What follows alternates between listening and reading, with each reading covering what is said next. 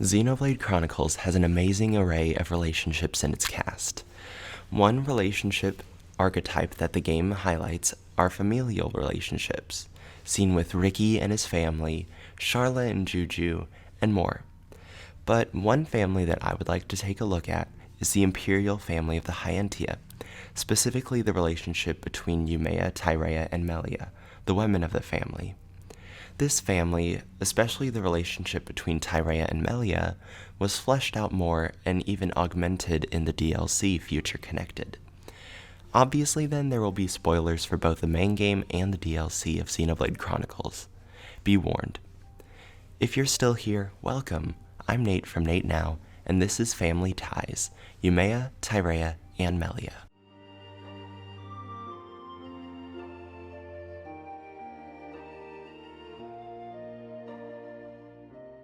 Even though Yumea, Tyrea, and Melia are part of the same family, they certainly do not act as one.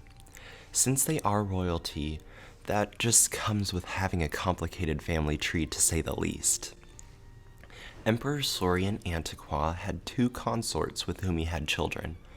The first consort gave him a son, Callian, and he is Melia's and Tyrea's half-brother. But the other consort, Melia's mother, was a Homs. This tradition was tradition for the Imperial line, but that reasoning will be explained eventually in this video. Due to the aging differences between the Homs and Hyentia, Melia's mother dies long before the story takes place. So Melia kind of sees Yumea as her own mother, despite Yumea's hatred of Melia's half-Homs heritage. This is only the beginning of the complications, however, since Yumea had a daughter with an unnamed man. This daughter was Tyrea, and since she wasn't Saurian's daughter, she was kept hidden and kept in secret, raised to be an Inquisitor of the Bionite Order, which I will touch upon that in a minute. Yumea and Tyrea always had a disdain for Melia for being half Hyentia and half Homs, but their frustrations and anger only intensified when Melia was named as Saurian's heir to the throne instead of Callian. Yumea, furious and enraged that Saurian would pick Melia over Callian, hated and resented Melia even more. Her hatred was almost spewing over as Shulk, Melia, and the others were in Alchemoth, and Yumea, clever as she was, devised a plan to get rid of her stepdaughter, protecting, as she thought, the Imperial line. She convinced Saurian to have Melia go through the Hyentian tombs in order to gain approval from the people and the ancestors to being the new empress. Saurian begrudgingly accepts this. Might I suggest the trial of the tomb? First consort, such a ritual has not been conducted for generations. We have simply not had a need for it until now. And I feel she is more than equal to the challenge. Mother, the tomb is dangerous. Our records show that many potential successors lost their lives performing the ritual. That child fought and beat the Telethia. It is my belief that she is more than strong enough. Besides, if it was revealed that she avoided such a responsibility, her reputation among the people would be irreparably damaged. I must protest. No, the first consort is right. There is much risk, but the rewards are greater. It would seal the people's love for her. Summon Melia. Her thoughts must be heard. Enter the Bionite Order and Tyrea. The Bionite Order, long thought to be extinct by the Hyentia, was a group of zealous assassins, loyal to the Bionis and to Zanza. Yumea, being part of the quote-unquote dissolved order, raised her daughter Tyrea, said to be conceived in a Bionite Order ceremony, as an assassin. Tyrea, much like her mother, loathed Melia for being half Homs, and thus she didn't even hesitate when her mother asked her to assassinate her stepsister. Tyrea full-heartedly accepted it, vowing to do whatever she can to fulfill her mother's wishes. Eventually, Melia does meet her stepsister in the tombs, who she doesn't know as her sister yet. Here, Tyrea is concealed by a mask, and she says that a half-breed has no right to the throne. As a Telethia joins Tyrea's side, Melia and Shulk and everyone else defeats her. And upon their return to Alchemoth and Saurian, Yumea is identified as the perpetrator behind Melia's assassination. She's thrown into jail until the High Entia are turned into Telethia much later in the game. A filthy Hom's half-breed has no right to the throne.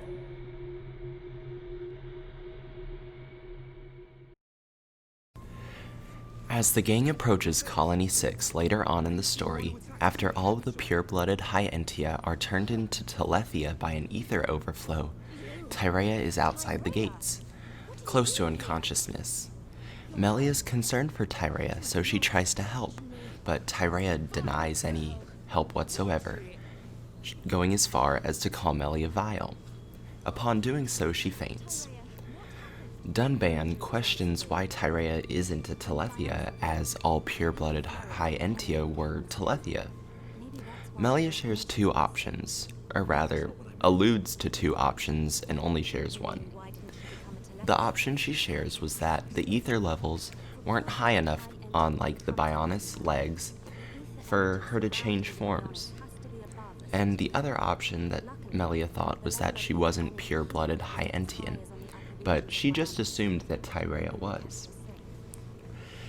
As the gang watches over Tyrea in the infirmary, Fiora asks Melia why Tyrea hates her so much, and in doing so, she questions the importance of having pure High Entia blood. Melia then shares who Tyrea's mother is, Yumea, Melia's stepmother. She goes on to say that Yumea was an inquisitor of the Bionite Order. She continues, the group plotted to maintain the imperial bloodline through a clandestine ritual, a ritual where Tyrea was conceived. Everyone starts thinking the same thing. Since Callian is Tyrea's brother, and Melia's brother, wouldn't that make Tyrea her sister and able to rule the High Entia? That is correct. Is correct. Tyrea!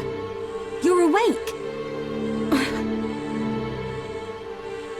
I had more right to the throne than she ever did.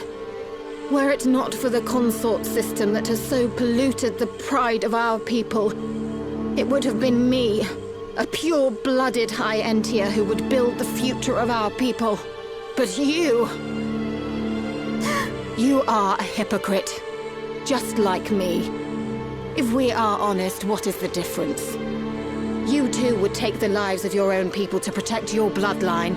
Melia, you too are nothing but an assassin.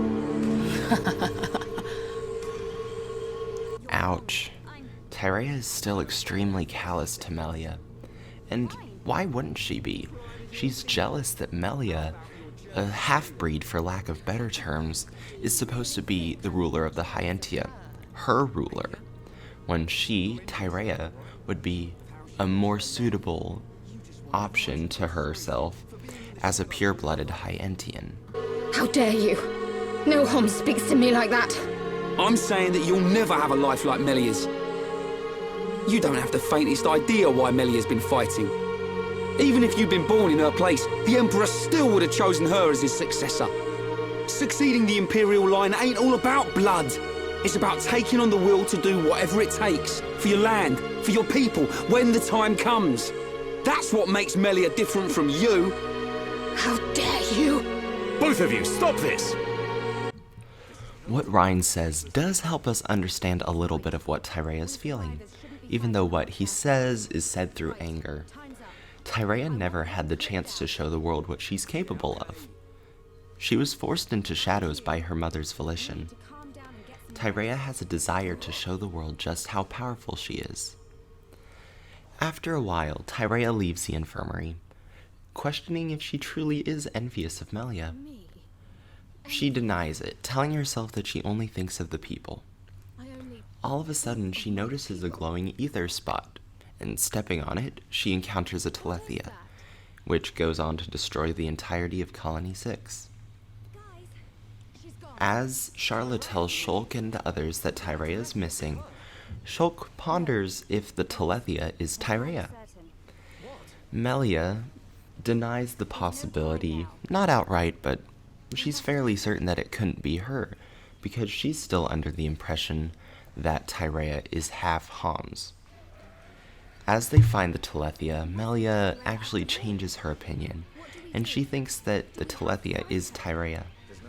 They fight and defeat the Telethia, and right as Melia was about to end the Telethia's life, and in doing so end Tyrea's life, Stop! Tyrea steps out, and she commands Melia to stop. Tyrea!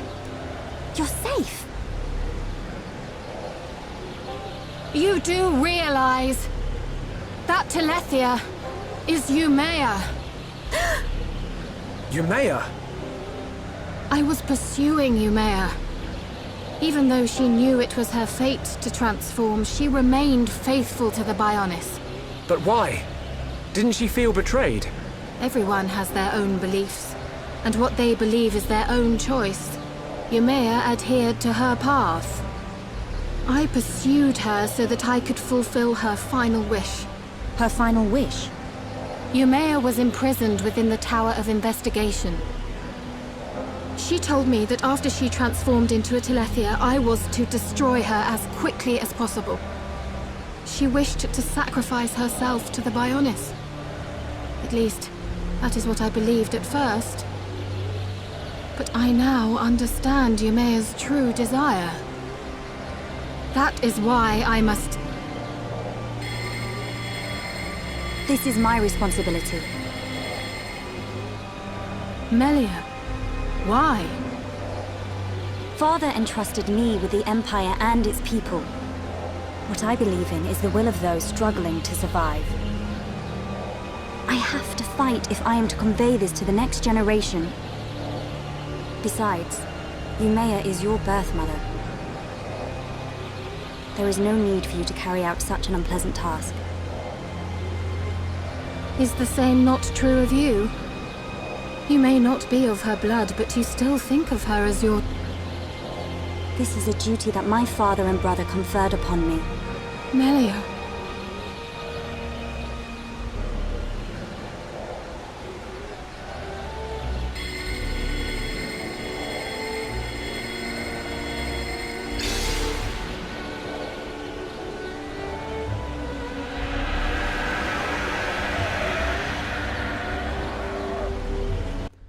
Melia takes Yumea's command from Tyrea and compares herself to Tyrea, and that naturally offended Tyrea.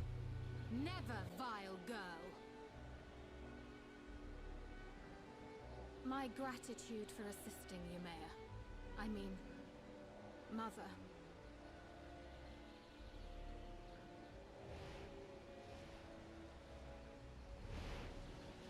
Melia, As what did you Tyrea mean left, just now? Shulk questions Melia when you said you and Tyrea are alike? Tyrea must be half Homs, just like me. Killing Yumea hurt Melia, but as we learn, it didn't hurt nearly as much as it destroyed Tyrea. Some are indistinguishable from pure-blooded High Entier. Dominant and recessive inheritance. I've studied this. So that's why. Melia, do you think Yumea knew this would happen? Perhaps.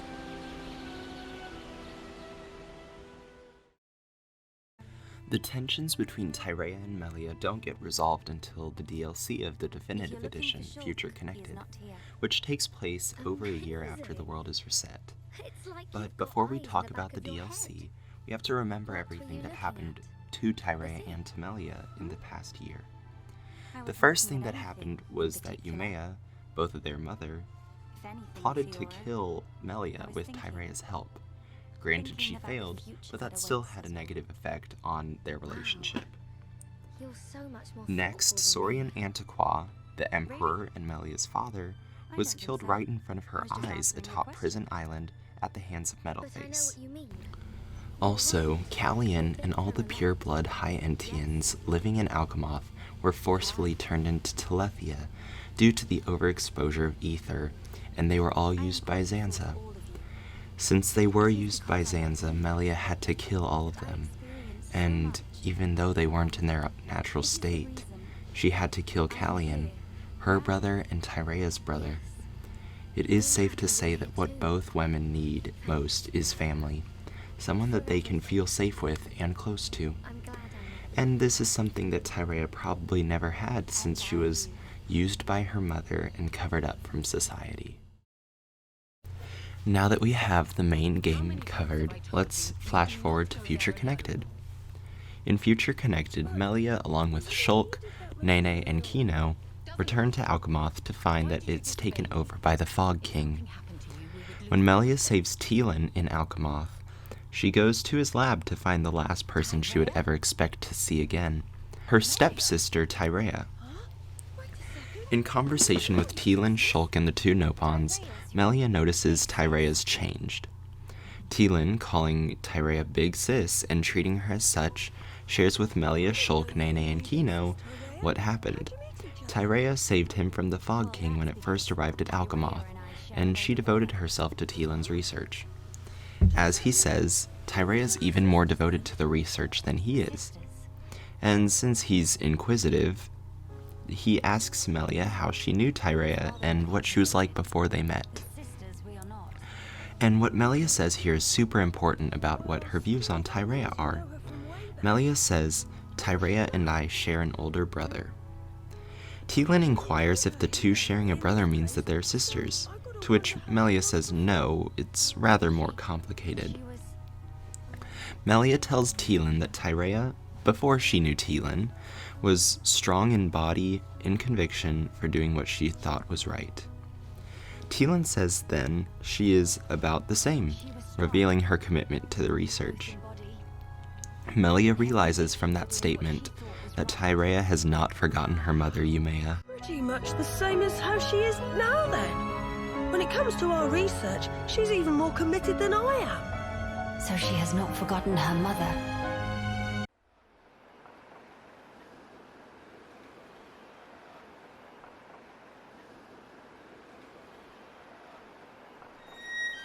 Tyrea. Of all the people to meet out here, How did you... pure chance. After everything, I wandered aimlessly looking for somewhere to die. Upon talking to Melia privately, Tyrea shares that she had longed for death until finding Teelan, who soon became her new motivation, and thus she could not long for death any longer. When Tyrea says that, her help with Teelan's research is merely a give-and-take exchange, Melia completely shuts it down, saying that Tyrea would not have treated Teelan this way if it was merely an exchange like that. Melia knows that Tyrea sees family in Teelan. Later in the conversation, Tyrea says that she hopes to accept who she now is.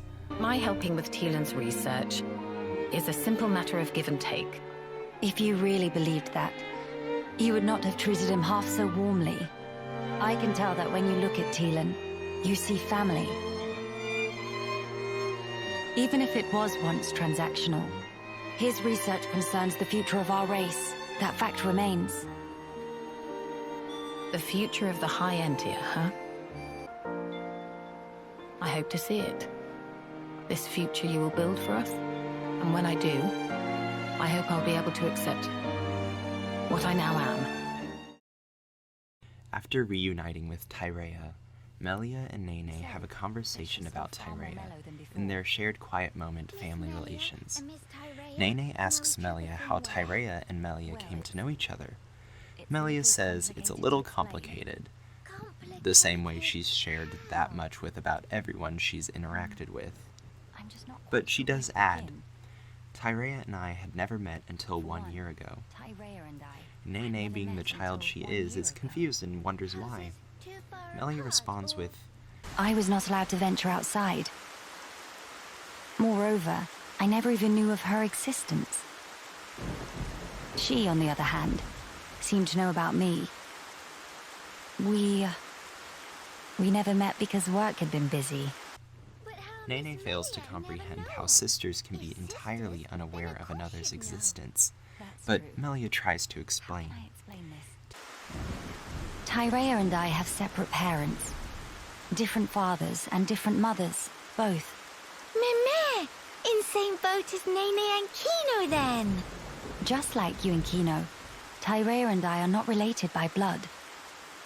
But we had a half-brother with whom we shared a parent each. Half-brother? No parents in common, but a brother we are both related to. Therefore, Tyrea and I are not exactly complete strangers. This confuses Nene, who thinks that since they have Callian as a shared brother, that they should just automatically be a big, happy family. Melia shares why this isn't the case. Why cannot be one family together? Our parents being different, I and Tyrea have led very different lives. We never even met, let alone behaved as a family. Neither knows how to relate to the other, and so we struggle on. Nene compares this to Kino, her brother that she eventually overcame differences with, to be true siblings. Melia wonders how she can do the same, and so Nene shares how she and Kino became so close. Answer is clear as day. Nene prescribed lots of play. Play. Also, sharing of yummy snacks and sleep together in same bed. If do that, become family in wink of eye. Melia knows that this isn't the logical course of action to build a relationship with Tyrea on, but she does get motivated by those words to build a relationship. I would really like that, I think. Melia is unsure of how to build it or how Tyrea will respond to doing it, however. Best and only. Perhaps you're right.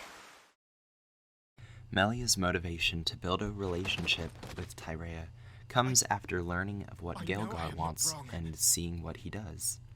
When he endangers Tyrea, Tylan, and the research later in the story, Melia defends it, saying that he does not deserve her mercy, which utterly shocks Tyrea.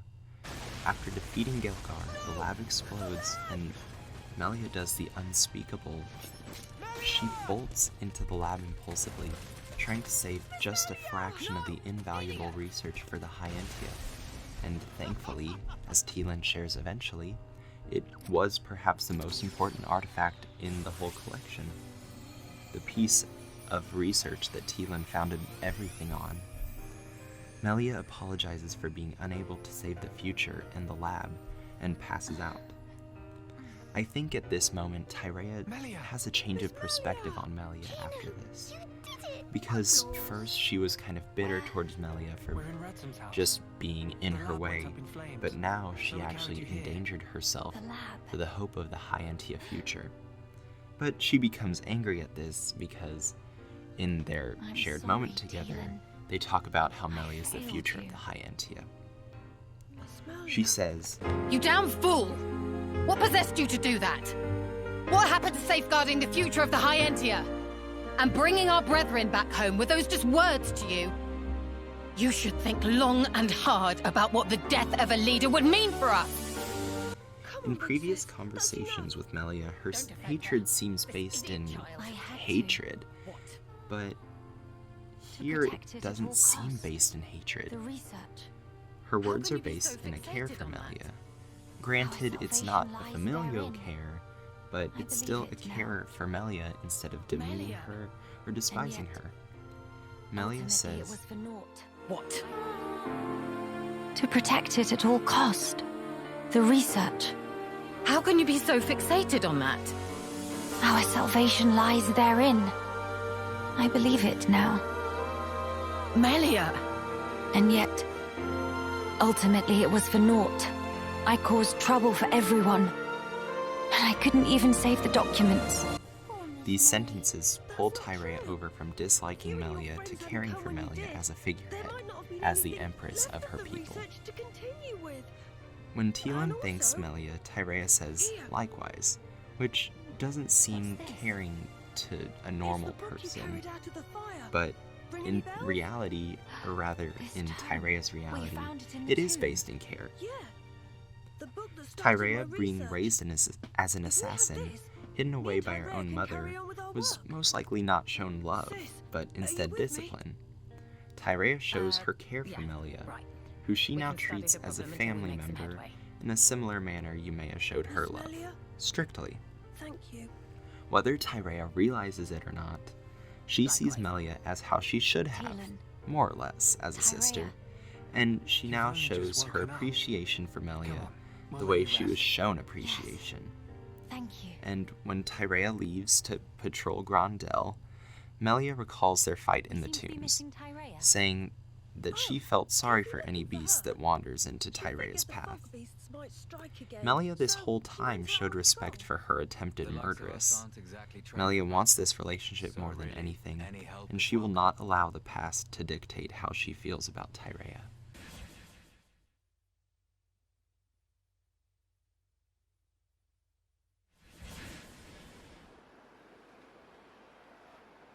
You're right.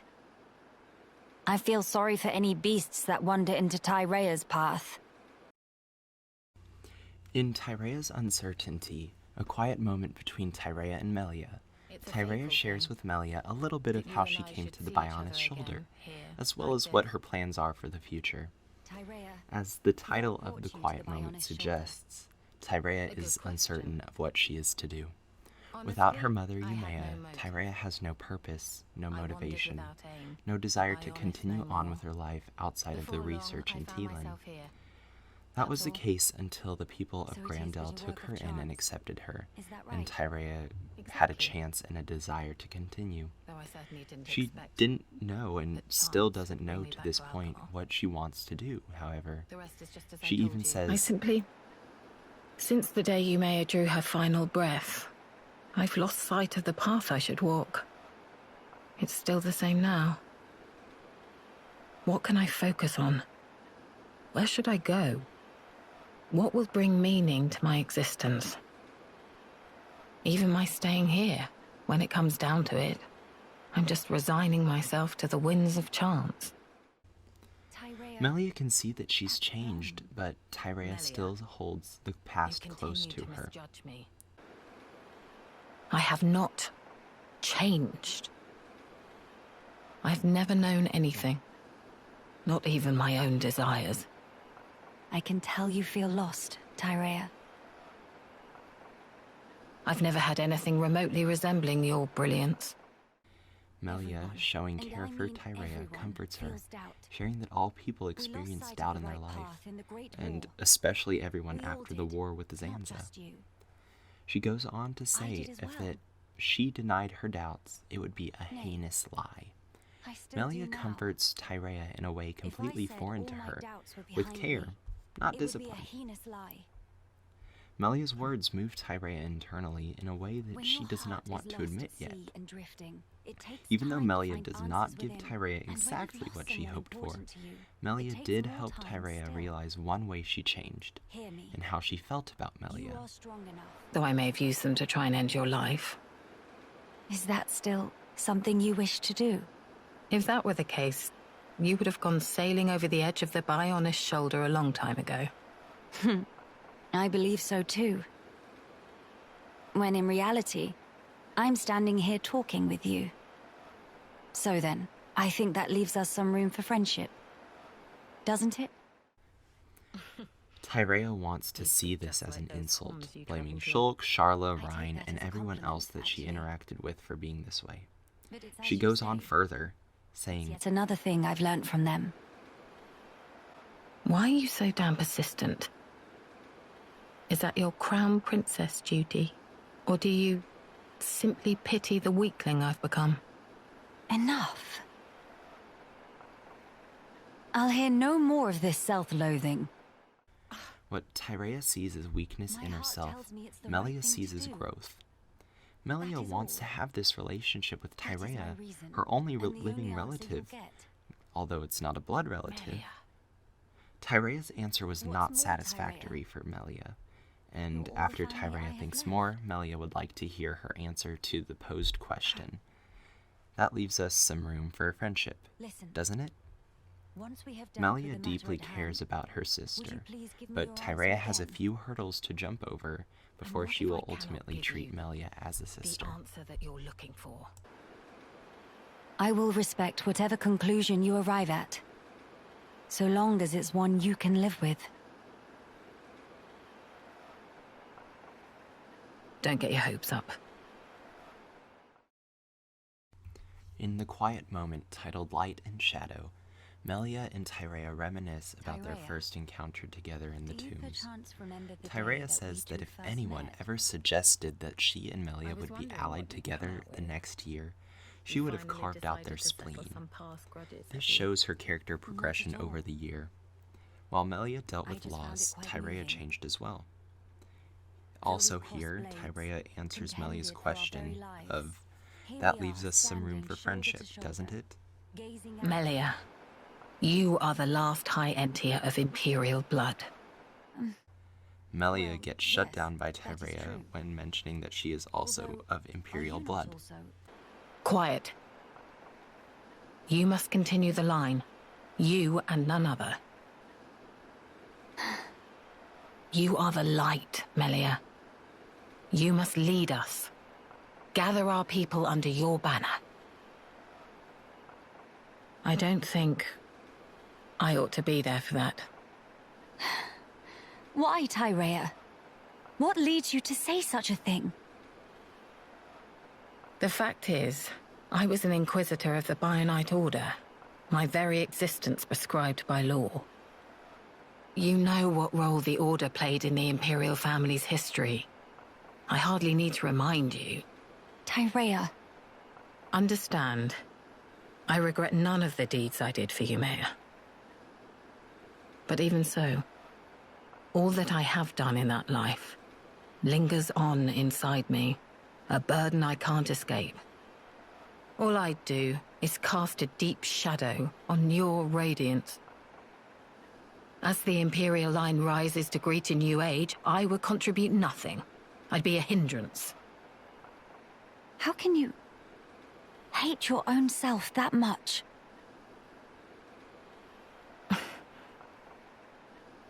If that is the answer you wish to give me, then it would be wrong for me to speak out against it. But I will say this, Tyrea.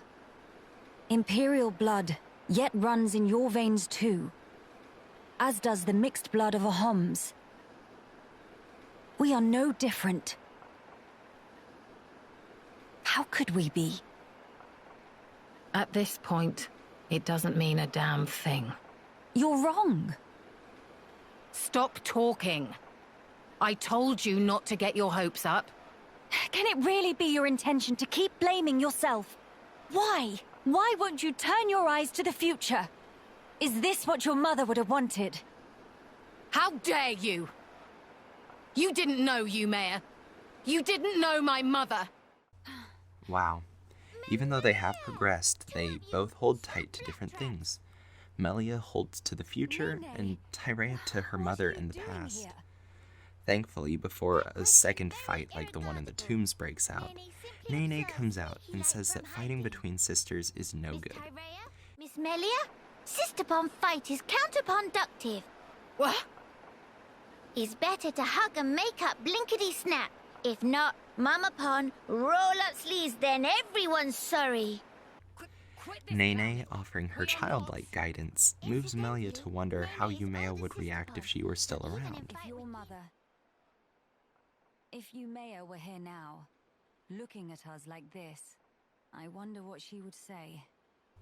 Tyrea, still inhibited by her anger at Melia's words against Yumea, believes Nene to be full of nonsense. She angrily responds, What point is there in talking about it now? There's no way for us to know. She's dead and gone. My apologies, Tyrea. I know you put great faith in her, so I just thought... But it's as you say. I'll admit, I never understood your mother's mind, even at the very end.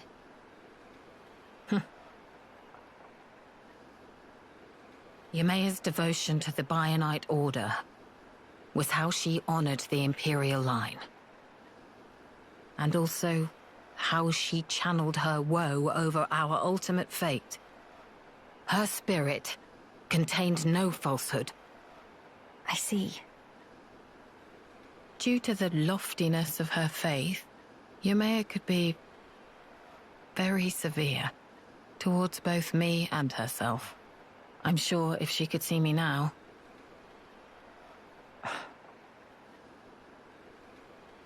Attending at Yumea's side, serving her unto exhaustion was my whole life. Yumea's desires were mine as well. What's more, the blood that flows in me is in essence Tyrea? Yumea's blood and her will. Are they really doomed to just cease to be? Would Yumea really? Would Mother simply allow this? Tyrea recalls her mother, but at this point she's able to progress past living her mother's life. She's not letting go of her past, mind you, but instead she's using the example of the past, dictate what she's to do in the future and currently.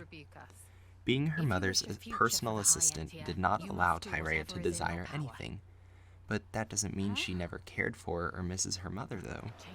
Melia, if Yumea were here, if she saw me, saw us two, here's how she'd rebuke us. If you wish a future for the High Entia, you must do whatever is in your power. What Tyrea says next simply shows how much she has become her own person. Changing one's way of life means negating your past self. I tried to change myself, and the path I walked until then, I disavowed. The precious path I had walked as Yumea's loyal retainer. Let me be me then, the Empress's, your shadow, and I'll do what's in my power. So then, you will not change your ways, but still walk alongside me. Is that correct? Yumea, Mother, kept me by her side for that purpose. She already showed me the road that I should take. I think I'd like to repay her by putting her will into action. For her, and for the future of the High Entia. She values her mother, but while thinking she also knows her sister's prowess for politics. So she offers to have her service be as Melia's retainer, promising to assist her whenever she needs help. And upon this, Melia officially inducts Tyrea as her personal retainer, creating an unbreakable bond between the two women. This induction ceremony is an illustration of how strongly Tyrea cares for Melia, closer to a sister now, how she would care for a different sister. She bows to Melia, even though a year ago she never would have done the same. I accept. I will honor this commission, Your Majesty.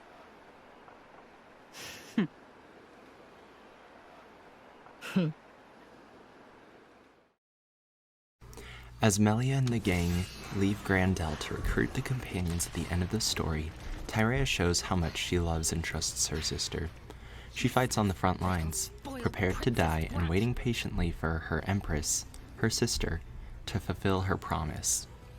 Although Tyrea trusts Melia's words as a superior, this shows that Tyrea's trust is in Melia finally, which is something hard to obtain. Believe in your new leader!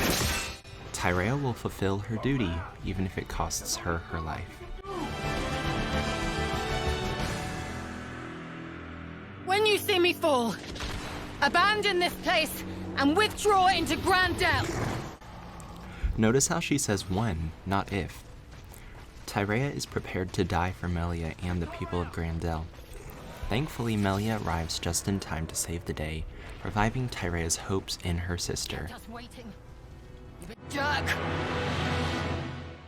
Lady Melia! She's back! And it looks like you brought the companions with her! Let's clear a path!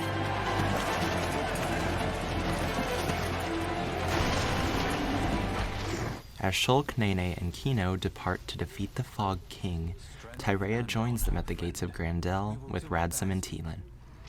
Here, Tyrea lets go of her past symbolically, and this is the most fundamental part of how she trusts Melia. Tyrea shares with Melia the whereabouts of the Fog King and why the transporter hadn't worked. That's because it was set so that only I could activate it. Why? The villa was where I rescued Teelin from the Fog King's clutches before you came. I wanted to seal it off and trap the monster inside. Except... The transporters, they don't mean a damn thing to it. Still, it seemed better than nothing, so I put it on lockdown. Is that... I used this for authentication. Take it. I have no need of it anymore. Tyrea giving Melia her Bionite Order mask is extremely symbolic. This mask, part of her disguise to kill Melia, symbolizes much more than just the key to the transporter it is. Tyrea is entrusting Melia with her past, although she doesn't say it. Tyrea entrusts that Melia will fulfill her duties as Empress, and Tyrea is following her orders as Melia's new retainer. Tyrea loves Melia in her very special, unique Tyrea way. This is the moment, I believe, that Tyrea and Melia finally become true sisters. Melia depends on Tyrea not only to protect her people, but protect the future, just as Tyrea expects Melia to protect the future for everyone. Before leaving, Melia says a critical line, one that I don't think she would ever regret saying. "I won't let you down." She won't let down her new sister. All right. I won't let you down. She sees that Tyrea trusts her, and Melia will never want to break that trust. Thankfully, Melia succeeds, saving the day, and saving the future of her kingdom and everyone else. The epilogue shows the completion of the sisterhood's beginning. As everyone crowds Nene, Kino, Shulk, and Melia, Tyrea stands off in the distance. Melia looks around for her and notices her standing underneath a tree, looking pleased. They are finally sisters.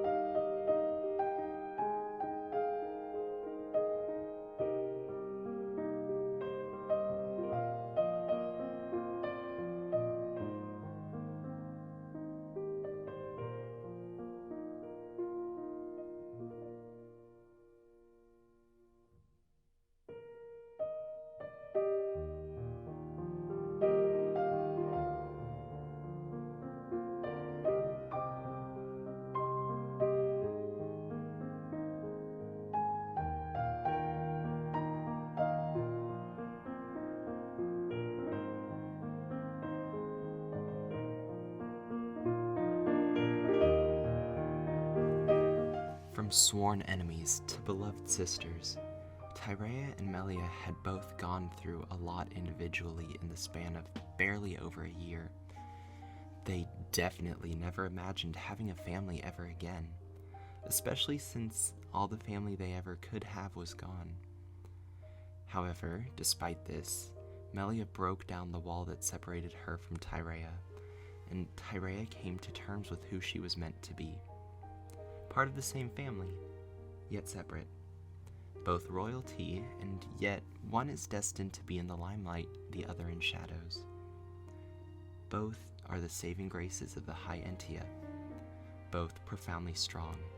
Both have a special bond that no one else can break. Their sisterhood. Tyrea overcomes so much in that year, and Melia is there to help her grow and there to grow herself. As Melia begins her coronation as the new Empress of the High Entia, Tyrea, her loyal retainer, no, Tyrea, her best friend, her dear sister, joins her side. Alright, so before the epilogue concludes, I'd like to thank you for watching all 50 minutes of this video. I hope you come to appreciate the relationship between Tyrea and Melia a lot more especially, and also kind of how Yumea fit in, and how she bonded the two sisters together, despite what they would have thought initially. Yeah, so I'm Nate, thank you so much for watching, and this video took me a little bit longer than I would have thought, but I did have a super fun time. So if you like this analysis, subscribe for more, and also if you're interested in other works I do, just go to my channel, or I'll put some in the description or whatever. Bye.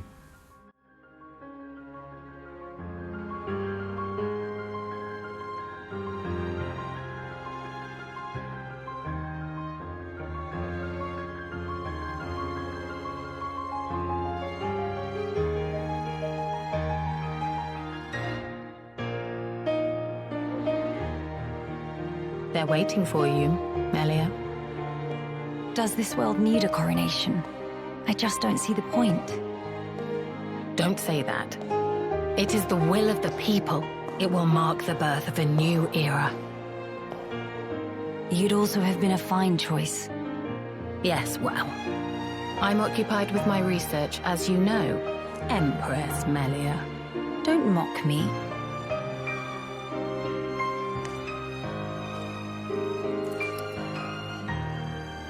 Here we go.